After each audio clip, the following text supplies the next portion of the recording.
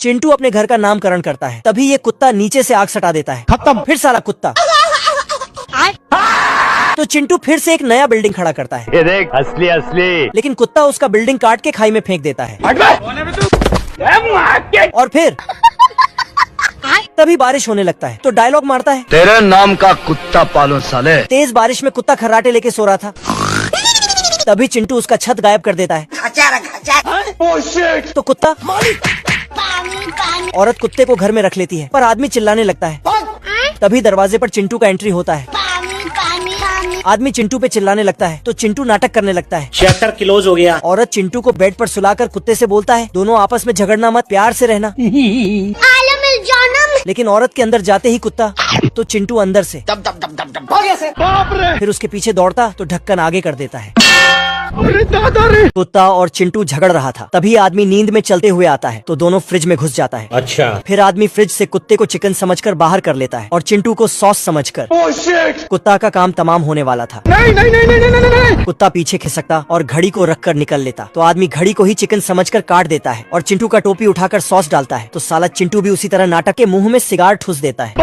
और फिर बतख सबके मुंह में बहुत सारा सिगार भर के ऊपर से पंखा लगाने लगता है, जिससे सबके सब भैया, क्योंकि ये तीनों बच्चे नए सिगार का एड देखता है, लेकिन उसे खरीदने के लिए जेब में फूटी कोड़ी भी नहीं था, तो तीनों घर का साफ सफाई करने लगता है। आज कमाएगा तो कल बैठकर खाएगा। फिर पूरा काम होते ही बड़े बतख से पैसा मांगता है। मुन्ना है मुन्ना मुन्ना। पैसा मिलते ही दुकान की तरफ भागता है, लेकिन बतख सबको रोक लेता है और बोलता, पैसों को गुल्लक में रखो, आगे काम देगा। फिर ना चाहते हुए पैसा गुल्लक में डाल देता है, लेकिन ये साला रस्सी बांध कर गुल्लक में पैसा डालता है, तो बतख रस्सी काट देता है। चीटिंग करता है तू।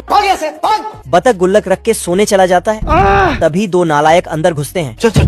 अरे साला। बतख सोने का नाटक करता है और फिर दोनों के पीछे पीछे जाने लगता है। छोटे बतख लिफ्ट से ऊपर जाता है, तो बतख पेड़ में चढ़कर नीचे से कान लगा के सुनता है, तभी लिफ्ट निकलता है। चैप्टर क्लोज हो गया। ये बतख गुल्लक का कोड लेके आता है। फिर दूसरा बतख गुल्लक खोलने लगता है। 1 2 3। तभी बड़ा बतख यहाँ पहुँचता है।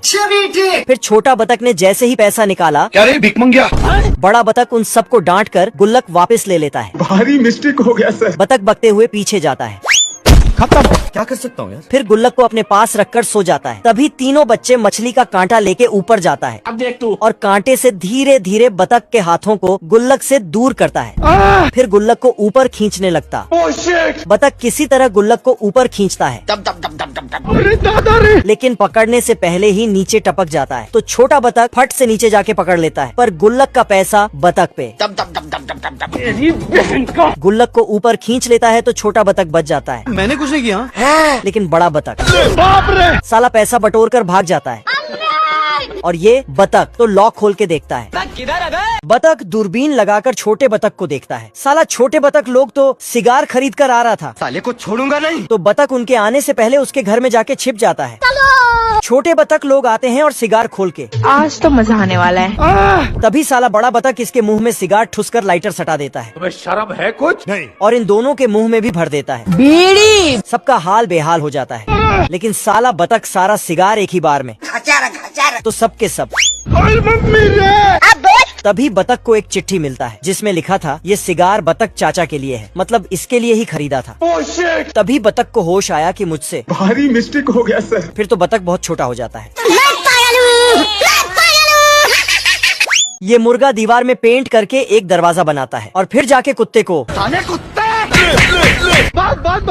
तभी कुत्ता खत्म। मुर्गा नाचते गाते हुए जाता है, तभी कुत्ता से मुलाकात हो जाता है। मुर्गा जंगल के तरफ भागता है और कुल्हाड़ी उठा के एक पेड़ काटने लगता है। फिर उस पेड़ को उठा के अपना घर ले जाता है और फटाफट उससे एक डंडा बनाने लगता है। तभी कुत्ता आके इसको, मैं तो टूट गया। खत्म। फिर साला मुर्गा मिर्ची पटाखा लाके कुत्ते के सामने फोड़ने जाता, तो कुत्ता अपना घर उठा के और एक ढक्कन लगा देता है। फिर साला मुर्गा ऑनलाइन से एक स्प्रिंग वाला हड्डी खरीदता है। हाँ भाई सुनना। और कुत्ते के पास जाके दोस्ती का हाथ फैलाता है। तू मेरा वो दोस्त है मेरे भाई। फिर हड्डी देता है, तो कुत्ता हड्डी ले लेता है, लेकिन तभी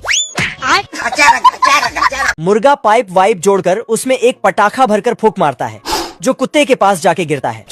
फिर पटाखा में आग सटाने जाता है, तभी कुत्ता इधर से पाइप में आग रख के फूंक देता है। तो पटाखा के साथ मुर्गा भी। खत्म।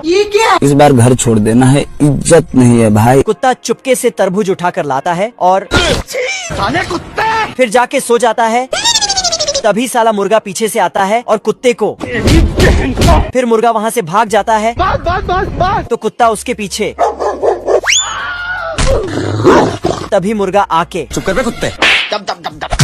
40 साल बाद मुर्गा और कुत्ता अपने जवानी के किस्से सुना रहे थे। तू मेरा वो दोस्त है मेरे भाई। तभी बाहर इनके बच्चे सब झगड़ने लगते हैं। बड़ा मुर्गा और बड़ा कुत्ता की तरह ही ये दोनों आपस में झगड़ते हैं और उसी की तरह ही चुप कर बे कुत्ते। कमल के फूल खिलते हैं तो उसमें से बच्चे निकलते हैं।